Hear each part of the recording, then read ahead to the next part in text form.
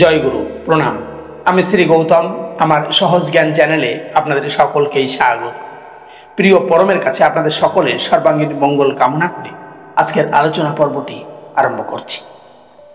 প্রিয় পরম শ্রী শ্রী ঠাকুর অনুকূল চন্দ্রের দিব্য কথা, তার সৎনামে দীক্ষিত এক সৎসঙ্গীর জীবন কথা, কি করে প্রিয় পরমের কথাকে, তার ইচ্ছাকে আশীর্বাদ রূপে শিরোধার্য করে বাস্তবায়িত করার জন্যে জীবন ব্রত গ্রহণ করেন। তার কথা শোনানোর পূর্বে আপনাদেরকে ছোট্ট একটি কাহিনী শোনাব। এক নদীর পাড়ে ছোট্ট এক জঙ্গলের মাঝে একটি কুঁড়ে ঘর বানিয়ে বসবাস করতেন এক পাগলা সাধু বাবা। সেই সাধু বাবার কুটির ঘরটি জঙ্গল দিয়ে নদীতে যাওয়ার রাস্তার মাঝেই ছিল। তাই সাধু বাবা তার কুঁড়ে ঘরের সম্মুখে বসে চিৎকার করে বলতেন, যে যা চাও তাই পাবে, যে যা চাও তাই পাবে, যে যা চাও তাই পাবে। তার এই কথা শুনে স্থানীয় মানুষজনেরা বিশ্বাস করতো না, তাকে কেয়ার করতো না, গুরুত্ব দিত না। তারা সবাই তাকে পাগলা সাধু বাবা বলেই জানতো। তাই তার কথাকে অবজ্ঞা করে এড়িয়ে পাশ কাটিয়ে তারা চলে যেত নদীর উদ্দেশ্যে। কিন্তু সেই পথে একদিন এক যুবক চলেছিল নদীতে আত্মহত্যা করবার জন্য। কেননা জীবনে বহু চেষ্টা করেছে, কখনো কোনো কাজে সে সফল হতে পারেনি, জীবনে দাঁড়াতে পারেনি, প্রতিষ্ঠিত হতে পারেনি, অর্থ উপার্জন করতে পারেনি। সে তার লক্ষ্যে পৌঁছতে না পারার জন্যে সে হতাশাগ্রস্ত হয়, অবসাদগ্রস্ত হয়ে এই জীবন ত্যাগ করবার সংকল্প নিয়ে নদীতে আত্মহত্যা করবার জন্য এগিয়ে চলে।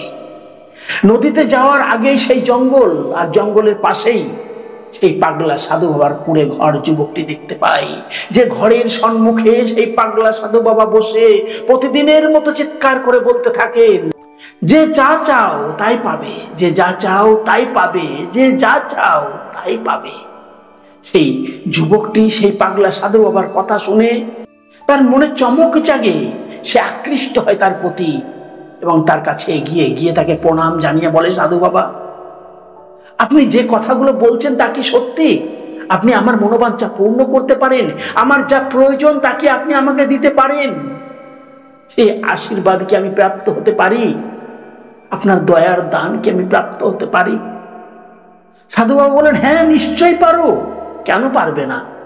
আমি তোমাকে সব দিতে পারি, কিন্তু তুমি কে সে কথা আমাকে জানাও।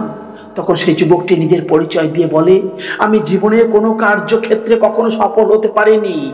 আমার এই জীবন অবসাদগ্রস্ত হয়, আমার এই জীবন হতাশাগ্রস্ত হয়, তাই আত্মহত্যা করার জন্য আমি এই পথে এগিয়ে চলেছি। কিন্তু আপনার এই কথাগুলি শুনে আমি নতুন করে আশার আলো দেখতে পাচ্ছি, আবার বাঁচার স্বপ্ন দেখতে শুরু করেছি। যদি আপনি আমাকে দয়া করে আশীর্বাদ করেন। সাধু বাবা এই কথা শুনে অট্টহাসি করতে করতে যুবকটিকে বললেন, তোমার দুহাত দেখাও। সেই পাগলা সাধু বাবার কথাই সেই যুবকটি তার দুহাত সাধু বাবার সম্মুখে উন্মুক্ত করে রাখে।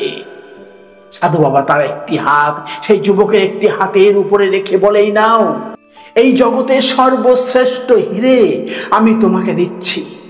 সঙ্গে সঙ্গে মুঠো বন্ধ করো, শক্ত করে ধরো। এই সময় রূপী হিরে দিয়ে তুমি অনেক হিরে সৃষ্টি করতে পারবে। তুমি যদি এই সময় রূপী হিরের মূল্য দিতে পারো, একটি মুহূর্ত, একটু সময়ও যদি জীবনে নষ্ট না করো, তাহলে নিশ্চয়ই তুমি সফল হবে, প্রতিষ্ঠিত হবে। যুবকটি সেই সাধু বাবার মুখ থেকে কথা শুনে চমকিত হয়, তার মনে আলোড়ন সৃষ্টি হয়। সে তার কথার অন্তর্নিহিত অর্থগুলো অনুধাবন করতে চেষ্টা করে। এর মধ্যেই সাধু বাবা তার আরেকটি হাত যুবকটি আরেকটি হাতের উপরে রেখে বললেন, এই ধরো, জগতের সর্বশ্রেষ্ঠ মূল্যবান মতি আমি তোমাকে প্রদান করছি, শক্ত করে ধরো। এই ধৈর্য স্বরূপ মূল্যবান মতি যদি তুমি যথাযথভাবে প্রয়োগ করতে পারো, জীবনে কখনো বিফল হবে না, ব্যর্থতা তোমাকে কখনো স্পর্শ করবে না, কখনো হতাশাগ্রস্ত হবে না, কখনো জীবনে অবসাদগ্রস্ত হবে না, তোমার লক্ষ্যে পৌঁছতে পারবেই পারবে।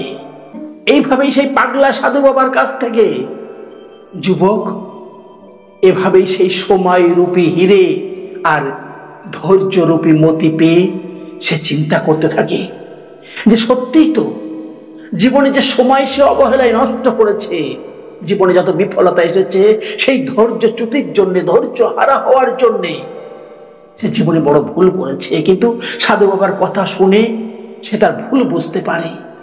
আর ভুল বুঝতে পারেই বলে যে জীবনে নিজের কাছে নিজেই প্রতিজ্ঞাবদ্ধ হয় যে জীবনে আজ থেকে সে একটি মুহূর্ত সময় সে নষ্ট করবে না, জলাঞ্জলি দেবে না। জীবনে কোনো কাজ শেষ না দেখা পর্যন্ত সে ধৈর্য হারা হবে না, সে তার লক্ষ্যে পৌঁছবেই পৌঁছবে। এভাবেই সে সাধুর কাছ থেকে আশীর্বাদ প্রাপ্ত হয়ে তার দেওয়া সেই দুনিয়া সর্বশ্রেষ্ঠ হিরে রূপী সময় আর ধৈর্য রূপী মতি সে গ্রহণ করে ফিরে আসে। তারপরে জীবনে প্রতিষ্ঠিত হওয়ার জন্যে সে পৌঁছে যায় সেই নিকটবর্তী শহরে এক হিরে মতির ব্যবসায়ীর নিকটে। তার নিকটে সে কাজ শিখতে যায় এবং কাজ শেখার সাথে সাথে জীবনে ব্যবসা করে প্রতিষ্ঠিত হওয়ার জন্য অর্থ অর্জন করে তাকে সঞ্চয় করতে থাকে এবং অতি অল্প সময়ের মধ্যে সে কাজ শেখার সাথে সাথে সেই অর্জিত অর্থ দিয়ে সে নিজের একটি ব্যবসা শুরু করে, হিরে মতির ব্যবসা, জহরতের ব্যবসা। এবং অতি অল্প দিনের মধ্যেই সে ব্যবসায় উন্নতি হয়, লাভবান হয়, জীবনে প্রতিষ্ঠিত হয়, সে তার লক্ষ্যে পৌঁছতে পারে। সত্যিই তাই, জীবনের কোনো কিছুই অসম্ভব নয়, সবকিছু আমাদের করায়ত্ত হতে পারে যদি আমরা সেই মূল্যবান হিরে রূপী সময় যদি আমরা বুঝতে পারি, চিনতে পারি, তার সৎ ব্যবহার যদি করতে পারি। আর সর্বরূপ সেই মূল্যবান মতি স্বরূপ ধৈর্য যদি আমাদের থাকে, ধৈর্য হারা যদি আমরা না হয়ে পড়ি, তাহলে জীবনের প্রতিটি সংঘর্ষে জয় লাভ করতে পারবো আমরা। তাই তো প্রিয় পরম শ্রী ঠাকুর অনুকূল চন্দ্র তার এক দিব্য সুন্দর বাণীতে বলেছেন, পেতেই যদি চাস সেইটি তবে কর, যে করাতে ঝোঁক দিলে তোর পাওয়াই হবে বর। এরপর প্রিয় পরম শ্রী ঠাকুর অনুকূল চন্দ্রের দিব্য কথা, তার সৎনামে দীক্ষিত এক সৎসঙ্গীর জীবন কথা, কি করে তার প্রিয় পরমের কথা, শ্রী ঠাকুরের কথা, পুরুষোত্তমের কথাকে সে জীবনে বাস্তবায়িত করেছে, তার ইচ্ছাকে প্রতিপালন করার মধ্য দিয়ে সৎসঙ্গ জগতের প্রিয় পাত্র হয়ে উঠেছে, সেই কথা আজকে আপনাদেরকে শ্রবণ করাবো। বর্ধমান শহরের মনোরঞ্জনদার কথা। মনোরঞ্জনদা প্রিয় পরম শ্রী ঠাকুর অনুকূল চন্দ্রের সৎনামে দীক্ষা গ্রহণ করে। দীক্ষা গ্রহণ করার পরই শ্রী ঠাকুর তাকে বর্দার সান্নিধ্য লাভের জন্য বললেন। তারপর থেকে যখনই তিনি বর্ধমান থেকে দেওঘরে যান, যোগাচার্য শ্রী বর্দার সান্নিধ্যে থাকতেন, তার আদেশ নির্দেশ পরিপালন করে চলতেন, তার প্রত্যেকটি কথাকে অক্ষরে অক্ষরে পালন করতেন। এরপর যোগাচার্য শ্রী বর্দা ঠাকুরের নির্দেশ মতো মনোরঞ্জন দাকে ভজন দীক্ষা প্রদান করলেন। অল্প সময়ের মধ্যেই সেই বর্ধমান শহরের মনোরঞ্জন দা ঠাকুর বাড়ি দেওঘর সৎসঙ্গ আশ্রমের প্রত্যেকটি সদস্যের নিকটতর মানুষ হয়ে ওঠেন, মনের মানুষ হয়ে ওঠেন, প্রিয় মানুষ হয়ে ওঠেন, সকলে হিতাকাঙ্ক্ষী হয়ে ওঠেন। সকলের সঙ্গে তার বন্ধুত্ব সুলভ সম্পর্ক সৃষ্টি হয়। আর এই সম্পর্কের সুবাদেই প্রিয় পরম শ্রী ঠাকুর অনুকূল চন্দ্রের কনিষ্ঠ সন্তান প্রয়োজনীয় কাজলদা তার ম্যাট্রিক পরীক্ষা দেওয়ার জন্য বর্ধমান স্থিত মনোরঞ্জনদার বাড়িতে এসে অবস্থান করতে থাকেন। তারপর কাজলদার পরপর দেওঘর সৎসঙ্গ আশ্রম তপবন বিদ্যালয়ের অনেক ছাত্রছাত্রী এই বর্ধমান মনোরঞ্জনদার বাড়িতে থেকেই তাদের ম্যাট্রিক পরীক্ষা দেয়। তারপর ঠাকুরের নির্দেশেই তৎকালীন বিহারের মুখ্যমন্ত্রী বিনোদানন্দ ঝা বর্ধমান স্থিত মনোরঞ্জনদার বসত বাটিতে এসে অবস্থান করেন সেই ভক্তের সান্নিধ্য লাভ করার জন্য। কেননা ভক্তের মধ্য দিয়েই ভগবানের সান্নিধ্য লাভ করা যায়, তারা নিকটতর হওয়া যায়। প্রিয় পরম তাকে পাঠিয়েছিলেন প্রিয় ভক্ত কেমন হয়, সংসারী সহযোগী সন্ন্যাসী কেমন হয় তাই দেখার জন্য। শুধু বিহারের তৎকালীন মুখ্যমন্ত্রী বিনোদানন্দ ঝা নয়, সৎসঙ্গ জগতের এক উজ্জ্বলতম জ্যোতিষ্ক আমেরিকান ভক্ত হাউজারম্যান দা, স্পেন্সার দা এসেছিলেন মনোরঞ্জনদার বসত বাটিতে। এভাবেই মনোরঞ্জনদার বসত বাটিতে দেখতে দেখতে সৎসঙ্গ আশ্রমে রূপান্তরিত হয়, সৎসঙ্গ ঠাকুর বাড়িতে রূপান্তরিত হয়। বহু সৎসঙ্গী পরিবার মনোরঞ্জনদার এই বাড়িতে এসে অবস্থান করে গেছেন। তারপরে শ্রী ঠাকুর মনোরঞ্জনদাকে ডেকে বললেন, মনোরঞ্জন, বড় খোকা যখন দেওঘর থেকে কলকাতায় যায়, পথে কোথাও বিশ্রাম করার জায়গা পায় না, তুই যদি বর্ধমানে একটা সৎসঙ্গ ঠাকুর বাড়ি তৈরি করিস তাহলে বড় খোকা বিশ্রাম নিয়ে যেতে পারে। ঠাকুরের সেই আশীর্বাদকে মাথায় করে তার ইচ্ছাকে নির্দেশকে শিরোধার্য করার জন্যে বর্ধমান স্থিত বেশ কয়েকজন গুরু ভাইয়ের সহায়তায় উঠে পড়ে লেগে যায়, প্রাণপণ চেষ্টা করে একটা উপযুক্ত জায়গা তারা প্রাপ্ত হয়। সেই জায়গা প্রাপ্ত হওয়ার পর লেগে পড়ে সৎসঙ্গ ঠাকুর বাড়ি করার জন্য তারা কোমর বেঁধে নেমে পড়লেন। আর সেই ইচ্ছাকে বাস্তবায়িত করার জন্যে শ্রী ঠাকুরের নির্দেশে যুগাচার্য শ্রী বড়দাও তাদের সঙ্গে যোগ দিলেন। বড়দার কঠিন পরিশ্রমে অতি অল্প সময়ের মধ্যে বর্ধমানে ঠাকুর বাড়ির নির্মাণ কার্য সুসম্পন্ন হয়। বড়দা বহুবার বলেছেন, শ্রী ঠাকুরের নির্দেশে আমি এই বর্ধমান ঠাকুর বাড়ি তৈরি করেছি ঠিকই, কিন্তু মনোরঞ্জন দার সহযোগ ছাড়া এটা কখনো সম্ভব হতো না। এমন ভক্ত ছিল, তাই তো প্রিয় পরমের প্রিয় মানুষ ছিল সে। আর এই বর্ধমান সৎসঙ্গ ঠাকুর বাড়ি উদ্বোধনের জন্য স্বয়ং পুরুষোত্তম শ্রী ঠাকুর অনুকূল চন্দ্রের আসার কথা ছিল, কিন্তু বিশেষ কারণে তিনি আসতে না পারায় জগৎজননী পুরুষোত্তম লীলা সঙ্গিনী শ্রী শ্রী বড় মাকে তিনি পাঠিয়েছিলেন সেই সৎসঙ্গ ঠাকুর বাড়ি উদ্বোধনের জন্য। ঠাকুরের প্রত্যেকটি কথাকে, প্রত্যেকটি নির্দেশকে অক্ষরে অক্ষরে পালন করেছেন মনোরঞ্জন দা। একবার ঠাকুর বললেন, মনোরঞ্জন, আমি বর্ধমান ঠাকুর বাড়িতে যাব। মনোরঞ্জন দা সব ব্যবস্থা করে রেডি করেছেন, প্রস্তুত হয়ে বসে আছেন ঠাকুরের আগমনের পথ চেয়ে। হঠাৎ তার কাছে টেলিফোন আসে যে ঠাকুর বিশেষ কারণে বর্ধমান যেতে পারছেন না, তিনি দুমকার উদ্দেশ্যে রওনা দিচ্ছেন, তাই তোমাকে ঠাকুর স্মরণ করেছে, তুমি এক্ষুনি রওনা দাও। মনোরঞ্জন দা সবকিছু ছেড়ে, সবকিছু ফেলে তিনি দুর্বার গতিতে ছুটে চললেন ঠাকুরের সান্নিধ্য লাভের জন্য বর্ধমান ঠাকুর বাড়ি থেকে দেওঘর, দেওঘর থেকে দুমকার উদ্দেশ্যে। তারপরে ঠাকুরের ইচ্ছা পরিপালনের জন্যই বর্ধমানের বিভিন্ন তরি তরকারি, শাক সবজি এবং ঠাকুরের তামাক খাওয়ার ভালো টিকা বর্ধমান থেকে নিয়ে মনোরঞ্জন দা প্রতি সপ্তাহে দেওঘর সৎসঙ্গ আশ্রমে প্রেরণ করতেন। একবার শেষে ঠাকুর বললেন, মনোরঞ্জন, বর্ধমান থেকে তোরা একটা প্রাইভেট ট্রেন করে সৎসঙ্গ উৎসবে আসতে পারিস। তার পরবর্তী সৎসঙ্গ উৎসবে যোগদান দেওয়ার জন্য মনোরঞ্জন দা ঠাকুরের ইচ্ছাকে বাস্তবায়িত করে বর্ধমান থেকে বহু সৎসঙ্গী একত্রিত করে একটি প্রাইভেট ট্রেন ভাড়া করে তারা দেওঘরের উদ্দেশ্যে পাড়ি দিলেন। ঠাকুর খুব খুশি হয়, আনন্দে উৎফুল্লিত হয়ে ওঠে। এর কয়েকদিন পর ঠাকুর আবার একটা নতুন ইচ্ছা প্রকাশ করলেন। মনোরঞ্জন দাকে ডেকে বললেন, মনোরঞ্জন, বর্ধমান তো বর্ধিষ্ণু অঞ্চল, তোমরা দোসরা বৈশাখ নববর্ষ উৎসবের একবেলার আনন্দবাজার তোমরা দিতে পারো। ঠাকুরের ইচ্ছাকে বাস্তবায়িত করলেন, তার নির্দেশকে শিরোধার্য করলেন মনোরঞ্জন দা এবং স্থানীয় বহু সৎসঙ্গে মিলিত হয়ে বর্ধমান থেকে তার অর্থ সংগ্রহ করে বৈশাখ মাসের নববর্ষ উৎসবে দোসরা বৈশাখ দেওঘর সৎসঙ্গ আশ্রমের আনন্দ বাজারে তারা ভোগ প্রদান করলেন। বর্ধমান ছিল সর্বপ্রথম জেলা যারা দেওঘর সৎসঙ্গ আশ্রমের আনন্দ বাজার প্রদান করেছে।